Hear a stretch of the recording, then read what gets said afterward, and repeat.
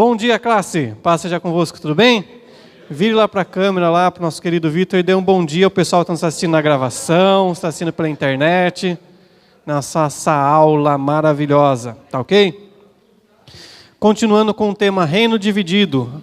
Hoje nós vamos falar sobre o Reino do Sul, tá ok? As duas tribos que ficaram pertencendo, sendo governadas pelos descendentes de Salomão, ou seja, da dinastia de Davi. Antes de chegar na matéria, eu coloquei um quadro aqui, uma tabela, no qual nós temos a totalidade dos reis do norte e os reis do sul, ou seja, os reis que governaram Israel e os reis que governaram Judá. Tá, ok? Como eu havia falado na nossa aula introdutória sobre o reino dividido, do reino do sul foram governados por 20 reis, todos eles descendentes da linhagem de Davi. Tá? Desses 20, apenas 8 foram bons. Olha lá, nessa tabelinha aqui, ó, que está em preto, foram aqueles que desagradaram a Deus. Ou seja, promoveram idolatria, deram as costas para Deus e outros muitos pecados. Os que estão em verdes foram os que agradaram, né? Que não torciam para o Corinthians Futebol Clube, que eram tudo gente boa, né? Não faltava nas aulas. Não sei porque a turma não deu risada, acho que só tem corintiano aqui. Vamos lá. Então, os que estão em verdes foram os bons, que totalizavam 8 reis. E os em vermelhos foram os que começaram até bem, depois pisaram na bola, desviaram do caminho.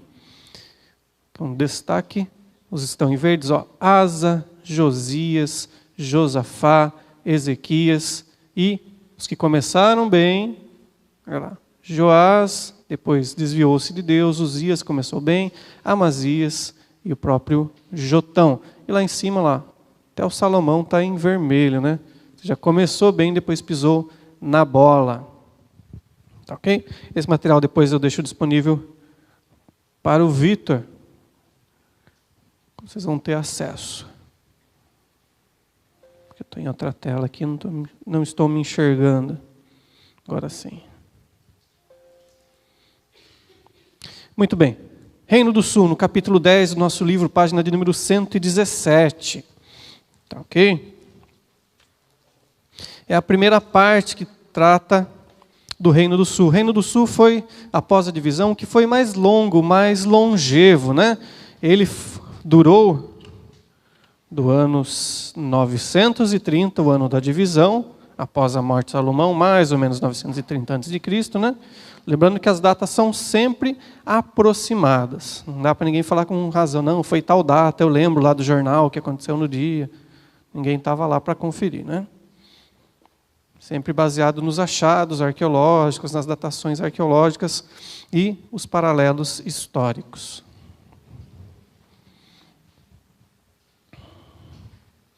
Então, na primeira parte, a gente vê da ruptura, com o começo do governo de Roboão, até por volta do ano 735,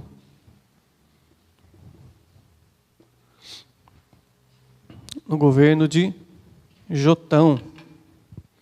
Tá, ok? Muito bem. Nesse primeiro período, começa o governo de Roboão, o qual ele tem muitas guerras, pois já na morte de Salomão, aqueles aliados políticos, muitos deixaram de pagar tributo a Israel, em especial ao Reino do Sul, a Judá, e se rebelaram contra. O próprio Egito atacou Judá, Edom e Moabe levantaram-se e atacaram várias vezes. Então, Roboão ele tinha que lutar contra o Reino do Norte, que havia se rebelado, as 10 tribos, e contra as nações que antes eram aliançadas com seu pai Salomão. Então, Roboão não teve muito destaque, não teve muito atitudes que fizeram render homenagens a ele, tá ok? Além de ser duro, não ouvir a voz de Deus, não tentar governar o povo de uma maneira justa, então ele não recebe muita honra, muito destaque. A gente não perde muito tempo estudando ele na nossa visão panorâmica, tá bom? Depois dele, Roboão teve seu filho chamado Abias, o qual faleceu, o qual teve Asa, que foi um rei de certo destaque, que ele temeu a Deus e começou a promover algumas mudanças dentro do Reino do Sul, do Reino de Judá, fortalecendo a fé em Deus, e teve um papel de destaque militar muito grande. Tá, ok? Houve uma revolta do reino dos etíopes, da Etiópia, que ficava e fica até os dias de hoje, né? Abaixo do Egito. Geralmente, algumas vezes, no Antigo Testamento é chamado de terra de Cush, tá? Ou em algumas versões pode ser que apareça Cus. Não tem a ver com o cuscuz. Onde uma rebelião, uma revolta, liderada por Zerá, que contratou muita gente, mas é muita gente, mercenários, para atacar o reino de Judá. Eles subiam pela região do Egito em direção ao sul de Judá, região dos desertos. Ok? A região do chamado Negueb, que tem o mesmo nome até os dias de hoje. E Zerá, com essa grande multidão, um exército mais de 10 vezes maior do que o exército de Judá, foi em direção contra os exércitos do reino do sul, de Judá. E Asa invocou a Deus e Deus deu um livramento para ele. Tá, okay? Algumas versões aparece o número dos mercenários que foram com Zerá com cerca de 1 milhão de pessoas. Está certo isso, Tiago? Não sei. Mas se deu um número dessa magnitude, com certeza foi um número bem superior ao exército de Asa. É gente para dar com pau. Tá, ok? Então ele promoveu algumas coisas, no sentido de chamar o povo de volta para Deus. Teve um destaque militar, principalmente com esse evento na luta contra Zerá, ou etíope, no qual Deus concedeu uma vitória com um exército muito menor. Ele venceu a Zerá, ou etíope. Se não me engano, está no primeiro livro de Reis, capítulo 14, se não estiver enganado. O próximo rei que tem destaque é Josafá. Esse sim. Esse já foi um camarada melhor. Também temeu a Deus assim como Asa. Tá, ok?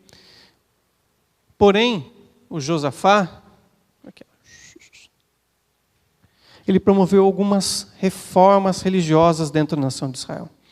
Ele incentivou a adoração a Deus, incentivou a celebração da Páscoa, incentivou a adoração a Deus no templo, e ele teve sua vida, seu governo, marcado por sempre, dentre seus feitos, a maior parte foram positivos. De 100% das suas atitudes, mais de 90% estavam positivos em acordo com a vontade de Deus. Então, por isso que ele foi considerado um dos reis bons, um dos 8 reis bons.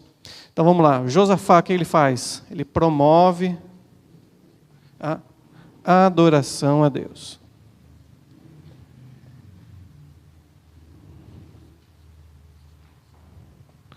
Vou pegar aqui. Tem um fato que eu achei interessante aqui no nosso livro.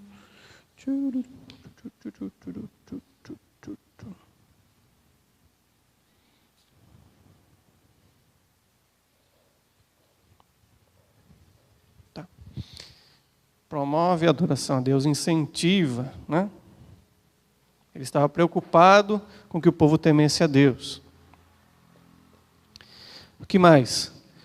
Novamente, assim como seu antecessor Asa, seu pai Asa, numa das muitas revoltas que os inimigos vieram contra o povo de Deus, os edomitas se aliançaram e vieram contra eles. E mais uma vez o próprio Asa toma o local no meio do pátio do templo de Israel e acalma o povo de Deus, fala: olha, confiem em Deus e Deus vai dar vitória para vocês. Sucedido a isso, Deus levanta um profeta chamado Jaaziel, o qual faz aquela declaração famosa, sei que você sabe de cor salteado, né? 2 Crônicas, capítulo 20, versículo 20, né? Creio em Deus e estareis seguros, creio nos seus profetas e prosperareis. Tá? Então, tudo aquilo que Josafá estava fazendo de positivo com o reino de Deus, com o reino de Judá, melhor dizendo, né? Levando eles em direção a Deus, Jaziel, diz a Bíblia, levantou-se, o profeta Jaziel, cheio do Espírito Santo, e falou: crede em seus profetas e estareis... crede em Deus e estareis seguros. Crede em seus profetas e prosperareis. 2 Crônicas, capítulo 20. Confirmando que aquilo que Josafá estava fazendo, Deus estava apoiando. Certo?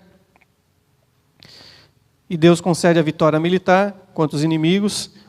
Eles não precisam nem... O interessante dessa batalha é que eles não precisam nem guerrear, porque o Josafá, assim como Josué, ele coloca os levitas à frente, que eles vão adorando a Deus e declarando: rendei graças ao Senhor. pois a sua benignidade dura para todo sempre. Então a metralhadora que eles usaram foi a adoração a Deus. Eles iam falando, cantando e declarando em voz alta: rendei graças ao Senhor, porque a sua misericórdia dura para todo sempre. E nisso os inimigos se confundem entre si, começam a atacar uns aos outros e são desbaratados, ou seja, fogem, são destruídos, se espalham. E Deus concede a vitória para Josafá. Depois ele fica 3 dias com seu exército, coletando os espólios de guerra, os despojos, retornando para Jerusalém. Comida, animais, ouro, prata, todas as riquezas que os exércitos inimigos haviam deixado. E aquela região onde ocorreu a batalha se chamou o Vale da Bênção, né? O Vale de Baraca, como algumas versões dizem.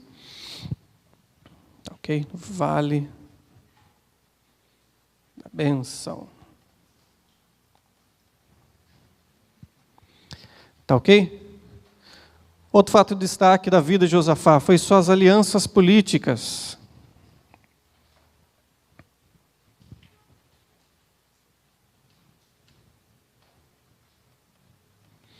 Enquanto ele estava governando no Reino do Sul, quem governava no Reino do Norte era Acabe, aquele mesmo camarada.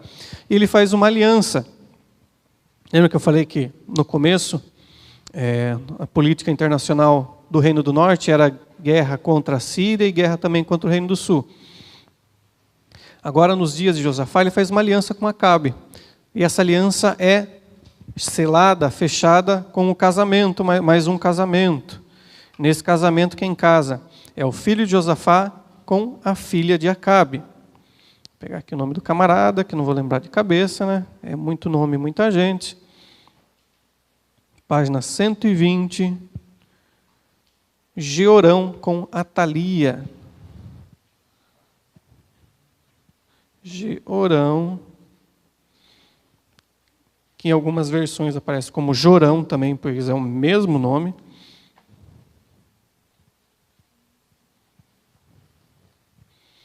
Atalia, ou Atália, ou seja lá como se pronuncia esse nome. Tá? Então, as alianças políticas.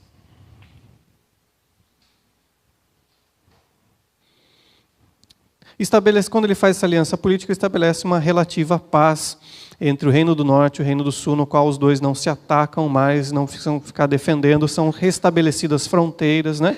Ou seja, o território que o Reino do Norte havia tomado é devolvido para o Sul e assim vice-versa. Porém, essa aliança política que ele faz pesa os 10%, que lembra que eu falei que ele, no totalidade, foi 90% bom? Porém, desses 10% que ele é considerado um rei ruim, que Deus falou, isso aqui você pisou na bola. Isso é comprovado por 4 profetas que falam contra Josafá, devido a essa aliança. O primeiro deles é Micaías. Depois o profeta Jeú. Então você já vê que Jeú era um nome comum naqueles dias. Eliezer e o próprio profeta Eliseu.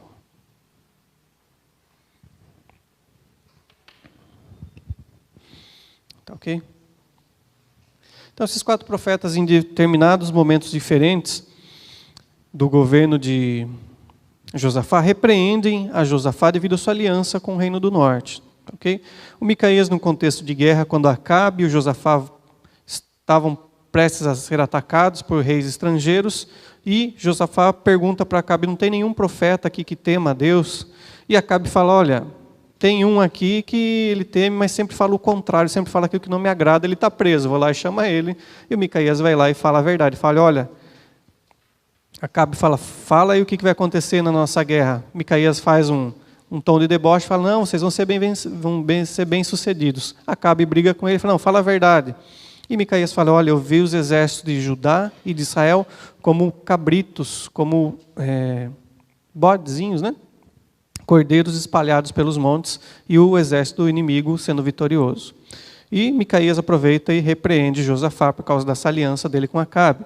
Depois, em outro contexto, o profeta Jeú também repreende Josafá por sua aliança com o filho de Acabe, é sucedido pelo profeta Eliezer, que também repreende a aliança de Josafá com a casa de Acabe, agora no filho de Acabe, que estava governando, e Eliseu também termina essa mesma reprimenda, essa mesma repreensão.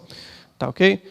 O Josafá, mesmo fazendo isso que era errado, ele é um homem íntegro, né? Ele não pisava na bola com os camaradas. Tanto que quando Acabe morreu, ele continua a aliança dele, o acordo dele com a casa de Acabe, né? Com o filho de Acabe governando. E numa dessas empreitadas que foi repreendida por Eliezer, ele havia feito um acordo para construir navios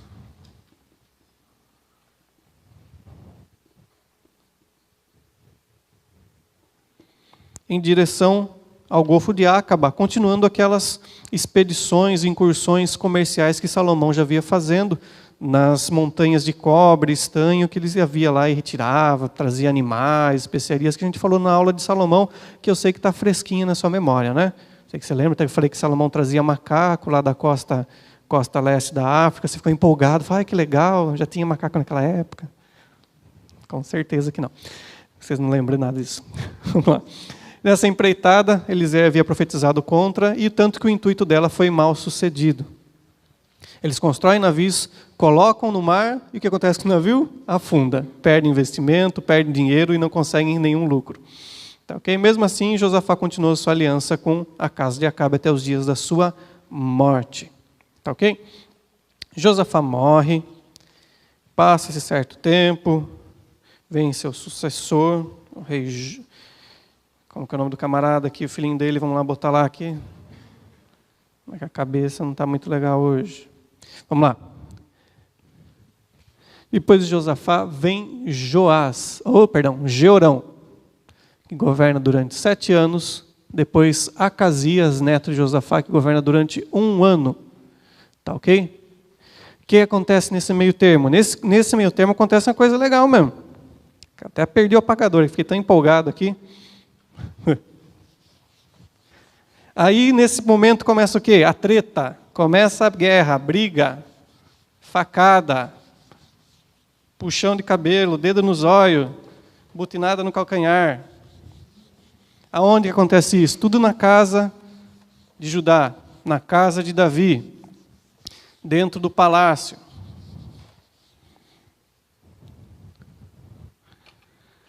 Vamos lá. Vou pegar aqui meu super laser pointer. Morre Josafá, um rei íntegro que temia Deus, apesar daquela mancadinha da aliança, correndo do norte. Sobe ao governo seu filho Jeorão, foi um péssimo rei. Depois Acasias, neto de Josafá, filho de Jeorão, que foi pior ainda, tanto que ele governou apenas 1 ano. Tá ok? Se eu não me engano, a Bíblia diz que ele foi... Quando fala da morte dele no livro de Crônicas, segundo o livro de Crônicas, fala que ele foi sem deixar saudades de si. No livro de Crônicas sempre vai... Volta, laser. Volta. Acabou a pilha. Foi-se embora. Até o laser dele não deixou saudade. Vai embora. O livro de 2 Crônicas, ele vai falando, após a morte de cada rei, ele fala, olha, ele foi um rei bom e queimaram incenso para ele. Foi um rei mais ou menos e o povo celebrou tal, a morte dele. Tem uns que celebram assim, que legal que morreu. Mas Acasias, diz a Bíblia, que foi tão ruim, tão péssimo, que foi embora sem deixar de si saudades. Ou seja, o povo não fez nenhuma homenagem para ele. Morreu e acabou. Imagine uma pessoa morrendo e no velório não tem ninguém, não tem nem 4 pessoas para segurar o caixão. Então, mais ou menos isso daí. Depois é sucedido por Joás, ou seja, depois de Josafá, o único rei que vai ter destaque vai ser o seu bisneto, chamado Joás. Tá, ok? Joás, como que se dá o governo dele, ele ser entronizado? Dá-se no meio essa briga que eu falei, essa guerra dentro da casa. Vamos lá, então a gente estava lá em Josafá. Aqui Acabe. Aqui Jeorão. Que é casado com a Atalia. Aqui Acasias. E aqui Joás. Muito bem. Com a morte de Jeorão, sucedeu Acasias, que foi o rei tão ruim que governou por 1 ano e não deixou de se saudades. Quando morre Acasias, fica um vácuo, fica um vazio no trono. Por quê? Joás tinha apenas 7 anos de idade.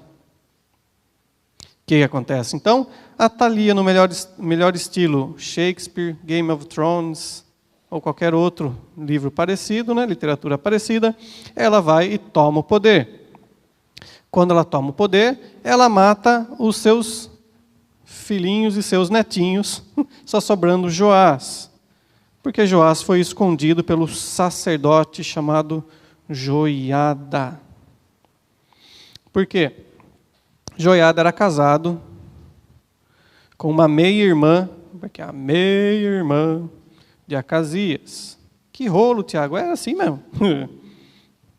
A Bíblia mostra todos os defeitos do ser humano, ela não esconde nada.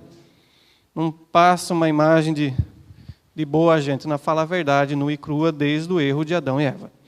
Então Atalia usurpa o trono, toma o poder, mata todos os descendentes reais, ficando apenas Joás, que foi escondido pelo sacerdote Joiada.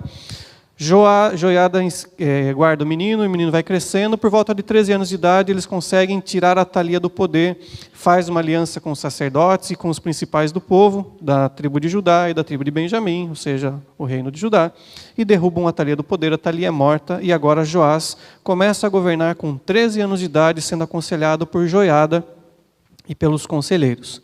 Ele promove, durante esse vácuo aqui, ocorreu o quê? Destruição do templo. Derrubaram tudo? Não. O templo ficou largado. Ficou sem cuidado, sem pintura, sem porta, sem utensílios. E agora o Joás ele faz uma reforma religiosa, assim como Josafá, seu bisavô. Então, agora no Reino do Sul, a gente vai ver esse ciclo também que ocorria lá na época do juízo. Então, o povo está adorando a Deus com o rei bom, depois aquele rei bom morre, seus sucessores estão ruins, passam pelo vale, são atacados, são destruídos, há idolatria, há falta de religiosidade, depois começa a surgir um rei bom, volta o povo a adorar a Deus, depois aquele rei bom morre, e ficam nessa oscilação. Rei bom, rei ruim, rei bom, rei ruim, rei bom, rei ruim, rei bom, rei ruim, cativeiro. Mais ou menos. Semelhante ao 5S, né? Só que dessa vez ele acabou. Acabou. Aqui você põe aqui e vira um círculo, né? Você põe aqui a senoides, vira aquele círculo do 5S. Aqui não, foi lá e tangenciou, foi embora para nunca mais voltar. Então, o Joás ele promove essa reforma religiosa. Há um profundo sentimento piedoso na nação a partir do governo dele, porque ele era instruído pelo seu tio, mais ou menos tio, né, casado com a meia tia-avó dele, que aconselhava, e eles promoveram a reforma religiosa, piedosa na nação de Judá. Eles buscavam a Deus, temiam a Deus. O povo traz ofertas para a reconstrução do templo, o templo reinaugurado, e adora a Deus. Porém, Joás, quando estava forte, ele governou por cerca de, vamos lá, cadê? 40 anos. Então, quando estava já na terceira década do seu reino, ele se revolta, Joiada falece, né? Ele se rebela e agora começa a fazer tudo aquilo que é errado, ao ponto de matar um sacerdote no meio do pátio do templo de Israel, o profeta Zacarias. Não tem a ver com aquele do livro, nem com o dos Trapalhões. Mas o profeta Zacarias, ele mata ele no meio do templo por causa que ele havia dado as costas para Deus. Com isso, ele tem uma morte não tão gloriosa, mas foi assim lembrado pelo povo e foi honrado na sua morte, o rei Joás. Tá, ok? Depois dele vem o rei Amazias. Tem algum destaque, promove algumas reformas, consegue algumas alianças bem-sucedidas, mas não tem nada assim, que puxa para a gente estudar ele na nossa visão panorâmica. Depois dele vem outro camarada que é muito bom, mas infelizmente depois vira as costas para Deus, que foi o rei Uzias.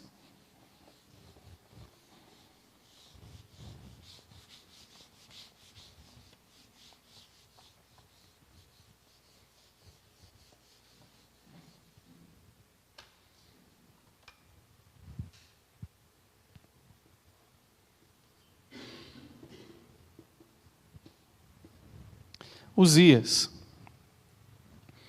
Então, vindo na sequência já de 2 reis antecessores bons a eles, né? Seu pai, Amazias, e seu avô, Joás, que mesmo sendo bons, o Joás pisou na bola, né? Uzias, ele é um dos reis que mais leva o reino de Judá à prosperidade e à glória que havia nos dias de Davi e Salomão. Diz a Bíblia que ele era amigo da agricultura, era inventor, ele era hábil em guerra, ele moderniza a nação de Israel, diz que ele inventa para si aparelhos de guerra e de agricultura. O povo de Israel que estava tomando, melhor dizendo, o reino de Judá estava tomando fôlego, saindo daquela sequência de reis ruins, daquele período do golpe lá com Atalia. Agora com Uzias vive seu melhor período de prosperidade econômica e territorial.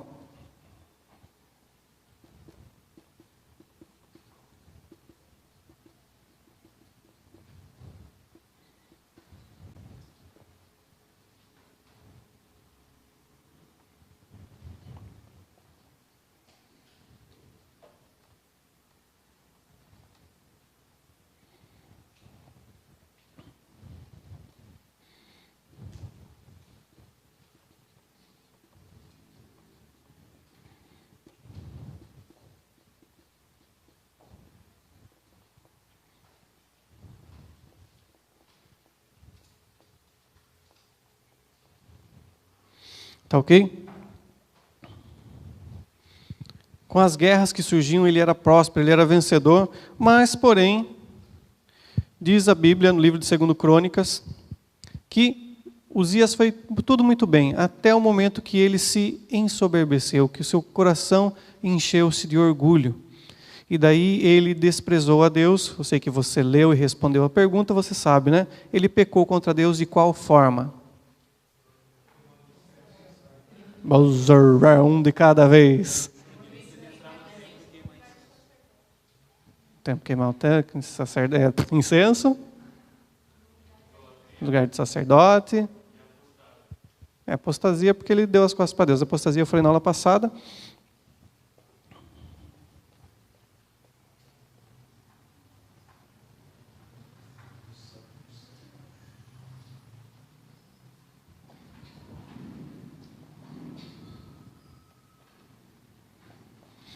Desviar, afastar, dar as costas, né? Então ele foi próspero, Deus abençoou ele até o momento que ele se ensoberbeceu, e como vocês falaram e responderam no questionário, ele foi ao templo, entrou no templo e queria fazer o quê? Queimar incenso no lugar do sacerdote, ou seja, ele desrespeitou a autoridade sacerdotal. Era a mesma coisa que ele falasse: não preciso de você para nada. Chegar para o pastor e falar: não preciso de você, já sei tudo, já, e para de falar besteira aí, seu velho, cala a boca. Revolta total. Rebelde sem causa. E ele vai, e nesse momento, quando ele está com o incensário na mão, diz a Bíblia que uma lepra brotou na sua testa. Os sacerdotes que estavam lá dentro pegaram ele e empurraram ele para fora. Ele cai em si, percebe a besteira que havia feito, percebeu a lepra na sua testa e volta para o palácio. E diz que ele vive até o final da sua vida num quarto separado do palácio, ou seja, um puxadinho no palácio. Viveu excluído, recluso. Como a lepra era uma doença, naqueles dias, era de vergonha social. Havia e ainda muitos tipos de lepra, né, até os dias de hoje, mas era praticamente, havia um medo do contágio. Então era uma doença que excluía a população. Você vê no livro de Levítico, o leproso devia ser separado, tá ok? Quando ele estava leproso, se ele estava numa região e estava passando alguém perto, ele deveria cobrir os bigodes e gritar: leproso, leproso. Imagine só, de repente, você está doente e uma pessoa vai passar perto de você. Por causa disso, para não contaminar a pessoa, por causa das leis sociais, você tem que gritar: estou com virose, sou corintiano.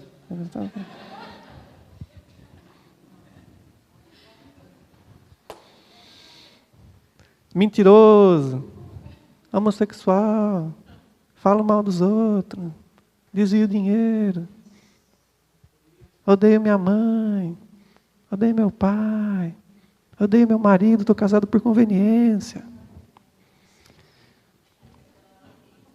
Então a lepra era assim, era tratada dessa maneira. Por isso que você vê quando Jesus ele vai e toca no leproso na passagem dos evangelhos. Ele vai e quebra os paradigmas, os modelos sociais estabelecidos. Pois a lei mosaica separava para que houvesse uma purificação. Lembra que o livro de Levítico mostrava as maneiras como o povo poderia viver próximo a um Deus santo. Enquanto a sociedade, ao redor dos anos, nos dias de Moisés, Josué, até chegar nos dias de Jesus, eles tornam isso como barreiras. Principalmente você vê isso personificado na figura dos fariseus. Os saduceus só queriam saber do poder, nem queriam tanto. Agora os fariseus, que são os maiores inimigos de Jesus.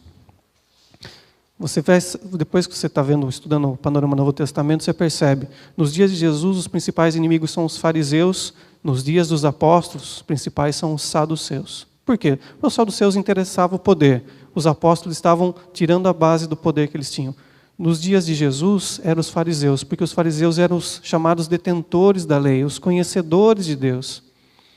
E aquilo eles estavam personificando no modelo, falando, olha, se você fizer tudo isso que nós fazemos, você é uma pessoa que agrada a Deus. E Jesus vai na contramão de tudo isso. Ele quebra esses modelos e fala, olha, a lei era para que as pessoas se aproximassem de Deus, não para criar o santo e o pecador. Então, por isso que você vê, Jesus vai lá indo tocar no leproso, vai e fala com o leproso. O leproso fala com ele. O leproso não chega para Jesus e fala, olha, leproso, como a lei mandava. Ele fala, olha, se o Senhor quiser, o Senhor pode me tornar limpo. E Jesus fala o quê? Seja limpo. Ele mostra essa distinção, né? Ele fala a vontade de Deus e a vontade religiosa. Então, o Uzias ele fica separado o resto da sua vida, no cantinho, lá no puxadinho, do lado do palácio, sendo o reino governado pelo seu filho, que eu esqueci o nome aqui agora, está dando nó na cabeça já, por Jotão. Então fica esse período de corregência. Tá? Sempre é interessante lembrar que tanto no Reino do Norte quanto no Reino do Sul, os reis eles governavam em corregência. O que é isso, Tiago? Quando os filhos estavam tornando adultos, e os pais, né, os monarcas se tornando mais velhos, eles começavam a governar juntos para aprender como a governar. Ou de repente, quando o rei ia para uma guerra, o filho ficava no lugar, reinando. Então, o chamado período de corregência. Se eu assassinei o português, alguém me perdoe e depois me corrija. Corregência. Faltou alguma coisa aí, né? Depois vocês me falam. No caso do rei Uzias, ficou um exemplo bem claro, né? Se ele não podia sair lá do quartinho dele, quem que governava, como é que despachava? Ficou o Jotão.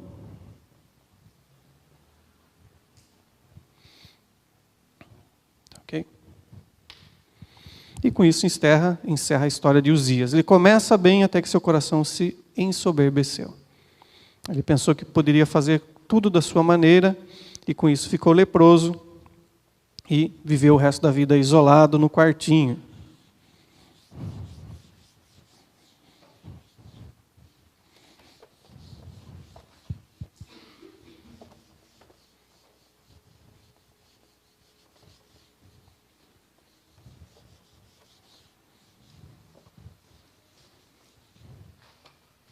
Bora lá.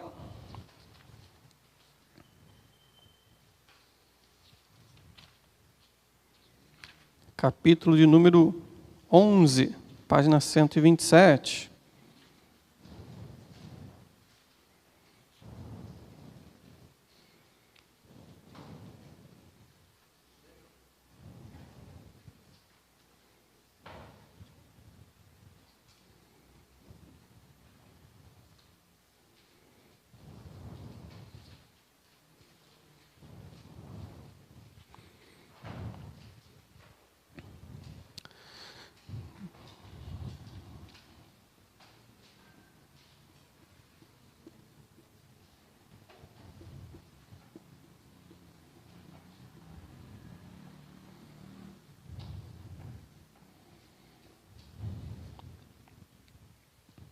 Após a morte do rei Uzias, também chamado de Amarias em algumas versões, né?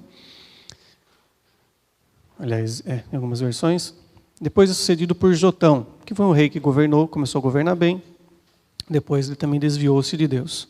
Não tem muito destaque para a sua história nessa visão panorâmica, e depois é sucedido pelo seu filho Acás. Esse tem destaque, por quê? Porque ele pisou na bola. Foi um camarada ruim. Então Jotão é um dos 8 reis que começaram bem, né? Que agradaram a Deus, depois ele pisou na bola.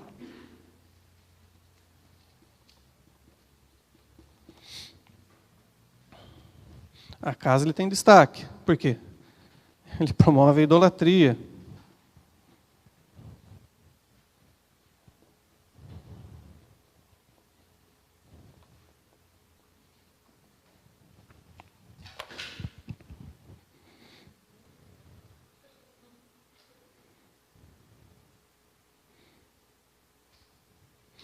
Só para eu resumir aqui do lado do capítulo número 10, o ministério profético, os profetas têm destaque, começa o ministério de Isaías, nos dias do rei Uzias, principalmente após a sua morte, Miqueias, que profetiza para o reino de Judá, para o reino do sul, com maior proporção para a cidade de Jerusalém, e Sofonias, que profetiza para o reino do sul também, mas com maior ênfase, maior destaque contra a cidade de Jerusalém.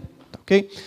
Miqueias sua profecia teve tanto peso, o povo retornar para os caminhos de Deus, que depois ele é lembrado e citado no livro do profeta Jeremias, quando os anciãos da cidade falam, olha, o Jeremias está profetizando, vamos pesar nas balanças, vamos considerar, porque quem sabe ele não é como aquele profeta Miqueias que veio, que ele profetizou, o povo ouviu sua mensagem, se arrependeu, com isso não veio o castigo. Só que nos dias de Jeremias o povo não ouviu e veio a destruição. Sofonias profetiza contra todo o reino de Judá, em especial para a cidade de Jerusalém. O profeta Joel, no seu livro, não tem nenhum destaque histórico, ele não fala de nenhum rei, de nenhum evento. Então o profeta Joel fica num lugar meio no vácuo dos livros proféticos. Quando formos ter a nossa aula sobre os profetas, a gente vai falar melhor sobre isso. Então, na primeira parte do reino de Judá, que nós temos de política internacional? Guerra com Israel, na maior parte do tempo, né? Depois só tem uma aliança com Josafá, a aliança permanece nos dias de Josafá, depois é quebrada. Guerra com Moabe e Edom são os principais inimigos que vêm atacar o reino de Judá, pois Edom estava ao sudeste e Moabe estava ao leste. Então estava facinho deles atacarem ali. Aliança temporária com Israel, nos dias de Acabe, guerra com Israel, voltou de novo, e a vassalagem com a Síria. Então, agora nos dias de Acás, por causa da guerra com Israel, com o Reino do Norte, que havia se renovado, voltado a haver guerra, cidades do Reino do Sul haviam sido tomadas, pessoas haviam sido levadas cativos do Reino de Judá para o Reino do Norte, Acás faz uma aliança com a Síria para combater o Reino do Norte, que havia se aliançado com os sírios. Então, o Acás ele tem uma guerra. Deu nó na cabeça. Vamos voltar. No final do primeiro período, já antes dos dias de Uzias, lá, estava a guerra contra Israel. Eu me embananei todo aqui. Mas a Síria, que haviam feito uma aliança para atacar Judá. Tá. Então, quando Acás assume o governo, essa vassalagem com a Síria está permanecendo. Vou voltar aqui. Tá ok? Então essa vassalagem, o que era? O reino de Judá pagava tributos para a Síria, e a Síria protegia eles de Israel e do Império Sírio, do ataque desses dois povos. Com Acás, ele fortalece essa vassalagem, vai até a Síria, e ele gosta do que vê lá, ele vê um altar que os assírios prestavam culto aos seus deuses, e manda trazer esse altar e ser colocado no templo de Jerusalém. Então esse foi o principal destaque da idolatria de Acás, sem contar que ele começa a oficiar sacrifícios também, humanos, adorar os deuses dos assírios e promover a idolatria em Israel, aliás, em Jerusalém.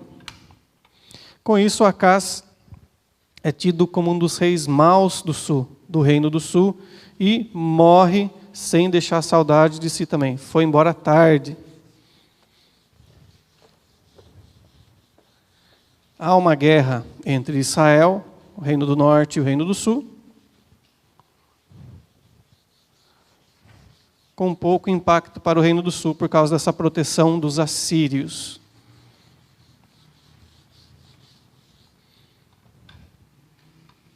Agora um rei bom que teve destaque, um rei chamado Ezequias.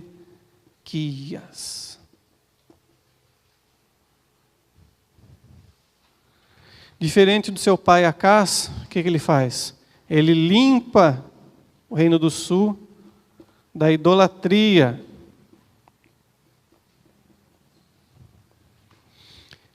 Assim como nos dias de Samuel, ele promove o ensino da lei de Deus. Ele estabelece sacerdotes, levitas e outras pessoas para ensinarem de cidade em cidade. Faz um circuito, assim como Samuel, que eles rodavam e iam ensinando a lei de Deus. Nos dias de Acás, Acás tirou o altar do sacrifício, detonou o templo. Ezequias faz o quê? Reforma o templo. E reinaugura com a celebração da Páscoa. O que ele faz? Ele rompe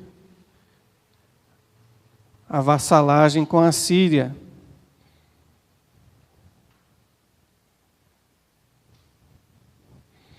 Ok? Deus achou tanta graça nele, achou ele tão temente, que Deus deu uma profecia, falou, daqui tantos anos vai vir alguém camarada, que ele vai destruir toda a idolatria, um descendente seu, e vai me agradar totalmente. Ou seja, Deus, através de um profeta, fala com Ezequias, que o seu bisneto, Josias, iria limpar de vez a idolatria, iria servir a Deus, agradar a Ele e fazer uma restauração no Reino do Sul, no Reino de Judá. Tá, ok? Então, mais conhecido Ezequias por causa daqueles 2 episódios, né?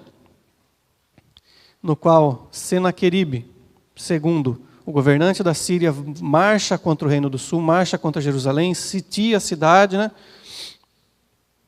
E estão ao redor da cidade, a população está dentro das muralhas de Jerusalém, eles começam a falar em hebraico para que o povo ouvisse e entendesse aquelas ameaças, falam para Ezequias se entregar, se render, para ele não confiar em Deus, e falam, olha, no que o Deus de vocês, Jeová, é melhor do que os deuses da Síria, o deus Rimon e não lembro o nome lá dos camaradas lá. Pois os assírios confiaram nos seus deuses, os egípcios também confiaram, e nós, assírios, derrotamos eles. Ezequias está enganando vocês, não creiam em Ezequias nem no Deus de vocês. Daí Ezequias vai diante do templo, apresenta a sua oração numa forma de uma carta, Deus ouve a ele, o profeta Isaías já tinha um ministério bem ativo nesses dias, fala com Ezequias, Ezequias é animado, Deus promete destruir os assírios, você sabe, depois, naquela noite, Deus destruiu cerca de 185 mil homens do exército assírio. E depois o povo de Israel, o povo de Jerusalém, só saiu no dia seguinte para coletar os despojos. Pegar riquezas, prata, ouros, animais, comida. Ok? Também ele fica famoso pelo episódio da doença, né? Ele está doente, o profeta Isaías vai lá, ora por ele, coloca um emplasto de figos. Também ele está na sua casa, no palácio, o profeta Ezequias vai lá, e o profeta Isaías vai lá e faz uma profecia para ele, fala, olha, Deus vai, arruma a sua casa que o Senhor vai te levar, você vai falecer. Ele vai lá no seu quarto, começa a chorar, vira para a parede, fala com Deus, Deus manda o profeta voltar, o profeta fala, olha, Deus vai acrescentar mais 15 anos nos seus dias. E vários sinais que aparecem no profeta Ezequias. Estão relatados tanto em 2 Reis, quanto no 2º livro de Crônicas, quanto no livro do profeta Isaías, entre o capítulo 36 e o capítulo 39. Como todo ser humano, ele tem uma pisada na bola, que foi o que sucedeu, o que ocorreu, a questão do fator dele morrer. Após a vitória contra os assírios, uma embaixada dos babilônicos vai até Jerusalém, e Ezequias, como diz aqui em Sorocaba, escancara tudo, arreganha, mostra o que tem, o que não tem, a riqueza, o poder, mostrando assim, em vez de falar, não, nós temos tudo o que Deus tem nos dado. Não, ele mostrou o seu poderio, a sua riqueza, a sua capacidade, para os babilônios, os emissários babilônicos, falaram, que ele tem poder, que legal, tal. Então o profeta Isaías foi lá e falou, depois que você morrer, vão vir aqui e vão detonar. Você mostrou o que não devia ter mostrado. Tá ok? Ezequias morre e deixa muitas saudades de si. O povo gostava muito dele, por tudo que ele tinha feito pelo reino do sul, reino de Judá, e ele é sucedido por o seu filho, chamado Manassés.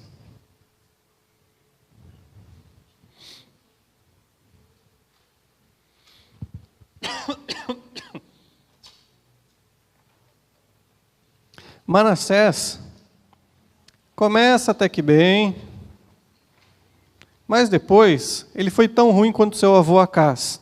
O que ele faz? Promove de novo a idolatria. Ele oferece seus filhos como sacrifício.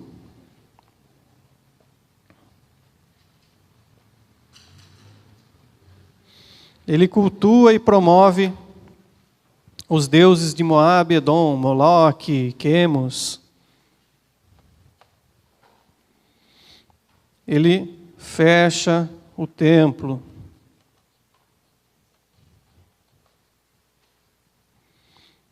Ezequias havia tido uma vitória contra os assírios naqueles dias, porque Ezequias buscava a Deus. Agora a Síria vem e ataca novamente Jerusalém, leva ouro, leva as riquezas do templo, e Manassés é levado cativo para a Síria. Lá no cativeiro ele ora, ele se lembra de Deus, ora a Deus e Deus o perdoa. O interessante diz que ele foi levado cativo como um animal, levado entre varas, preso pelas mãos e pelos pés. A Síria era conhecida por sua crueldade, por isso que o profeta Jonas não queria ir lá levar a mensagem para Nínive. Sabia que se Deus falasse com o povo ouviria.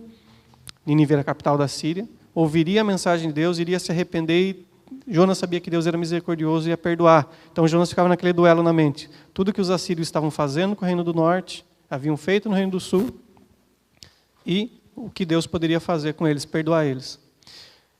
Então Manassés, levado como animal, lá no cativeiro na Síria, ele lembra de Deus, se arrepende dos seus pecados e Deus restitui ele de volta para o trono.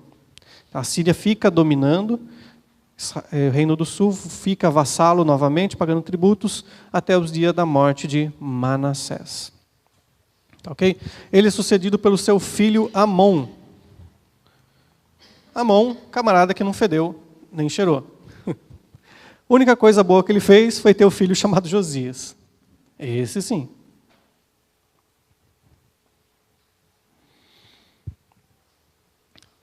Josias, aquele sobre quem a profecia havia vindo para Ezequias.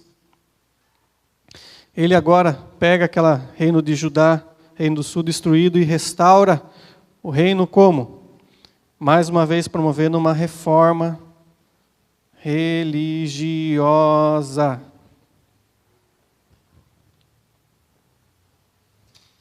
Ele abre o templo, reforma o templo.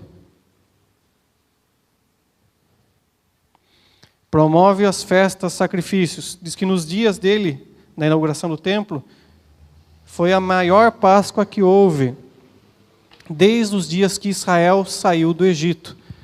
Então, os escritores falam que não houve uma celebração da Páscoa tão grandiosa, tão participativa do povo, conforme ocorreu nos dias de Josias. Não fala nem nos dias de Davi. Fala, olha, a maior que ocorreu desde que Israel saiu do cativeiro egípcio. Ok? Ele foi muito bem sucedido.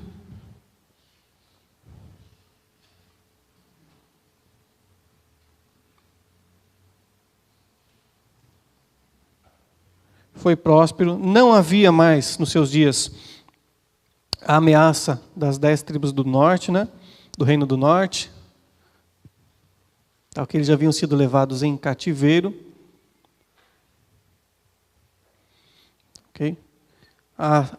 O Império Assírio não ficava atacando mais eles ali, estava um reino próspero e calmo. Ele promoveu a limpeza da idolatria da cidade, queimou os altares que Manassés e seu trisavô Acás havia colocado sobre a cidade.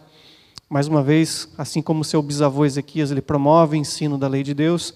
Então foram dias prósperos e calmos o dia de Josias, nos seus 31 anos de governo. Tá, ok? Com isso, cumpria a profecia de Isaías para o rei Ezequias. Fala, olha, deixa eu passar.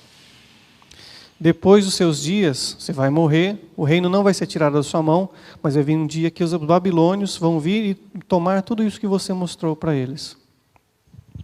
E chega esse período. Eu perdi a caneta, achei a caneta aqui.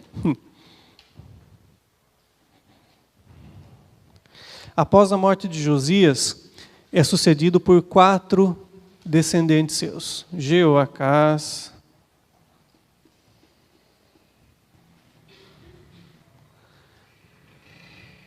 Jeoaquim,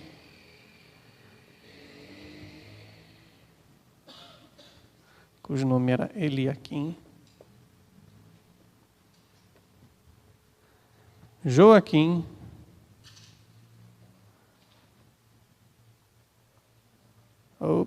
Joaquim, e depois os Edequias, vamos pôr aqui embaixo.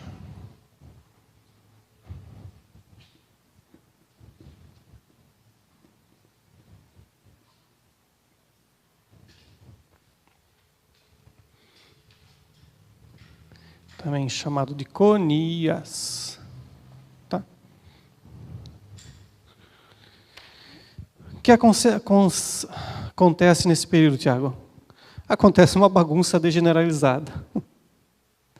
Jeoacás começa a governar, dura apenas 3 meses no governo. Tá, ok?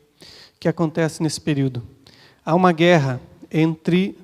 Deixa eu pôr o mapa para vocês enxergarem melhor.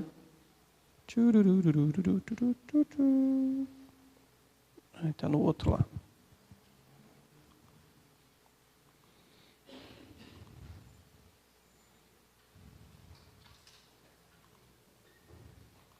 Para um mapa para vocês enxergarem melhor.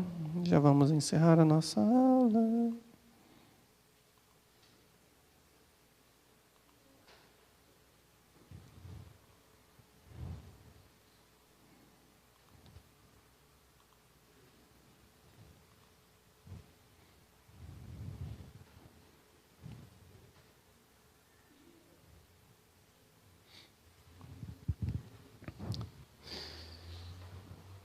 O reino de Judá, nesses dias de Jeoacás e os sucessores, fica como se fosse uma espécie de um tampão, fica no meio termo, entre o reino do Egito, para cá, onde está escrito aqui, ó, tribos árabes, à sua esquerda, e o reino babilônico, à sua direita. Não está aparecendo no mapa aqui. Ó.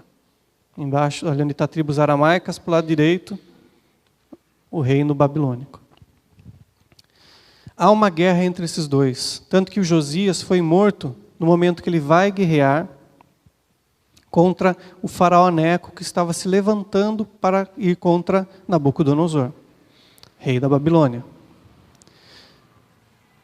Então, o reino de Judá fica nesse meio do caminho, que fosse um tampão, entre essa rota da Babilônia para o Egito para a Babilônia, 2 potências da época.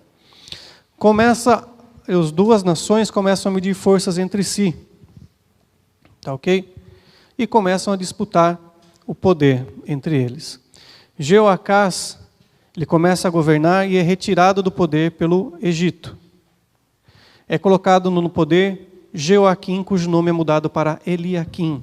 Começa a governar, governa cerca de 7 anos, se eu não me engano. Vou pegar outro mapa ali.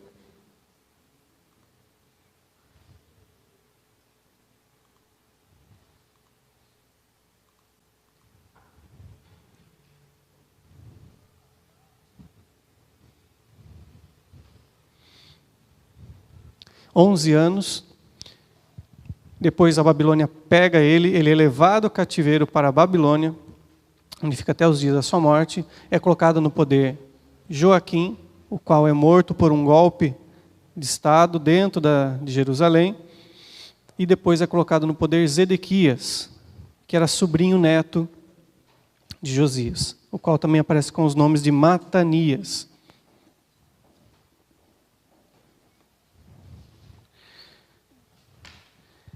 Nos dias de Eliaquim ocorre a primeira invasão do Império Babilônico para Jerusalém, no qual eles levam cativo o rei, a família real, levam um camarada chamado Daniel, vocês lembram bem dele, né? Levam parte dos artesãos, levam os amigos de Daniel, tá ok? Depois fica nesse impasse, esse período, até os dias de Zedequias, no qual por mais 2 vezes Babilônia vai e ataca Jerusalém por causa da rebelião. O Reino do Sul, com a capital Jerusalém, fica vassalo da Babilônia. Então ele tem que pagar tributo, pagar imposto e obedecer à lei que a Babilônia coloca, no caso, Nabucodonosor, o rei. Nos dias de Zedequias, eles ficam nessa briga, no impasse. Ele obedece, depois desobedece, obedece, depois desobedece.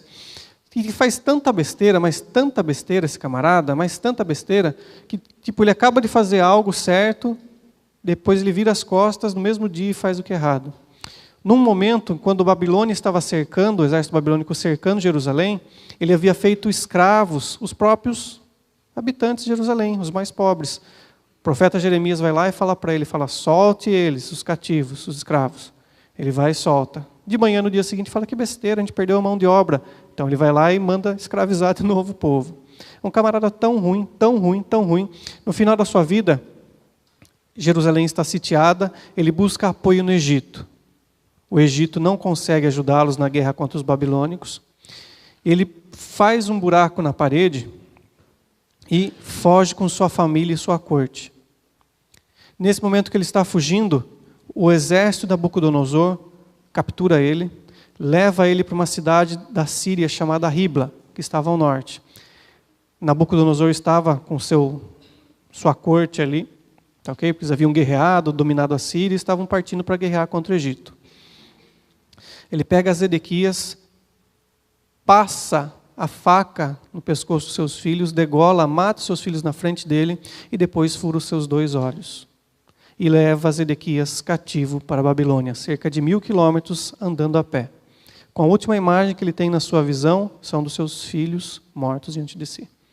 Então Zedequias é o camarada do Reino do Sul, que foi, acho que um dos piores, um camarada traste. Tanto que essa profecia dele, indo cego, levado para o cativeiro, foi profetizada por Ezequiel, que já estava lá na primeira vez, foi levado cativo lá por Nabucodonosor, nos dias de Jeoaquim. Com isso, com a derrota, com essa levada de Zedequias, ocorre a terceira invasão, é a mesma época da terceira invasão da Babilônia, no qual, além de eles levarem o restante dos habitantes cativos, deixarem os mais pobres, eles já tinham levado parte do tesouro do templo, agora eles destroem o templo, destroem as muralhas de Jerusalém, ateiam fogo na cidade, deixando apenas os mais pobres que habitavam no campo. Ou seja, Jerusalém, a capital do Reino do Sul, está destruída, não há mais Reino do Sul. Com isso, eles passam cerca de 70 anos no cativeiro babilônico. Sobre o cativeiro babilônico, é assunto para a próxima aula. Tá ok? Deus abençoe vocês. Tchau. Bom descanso.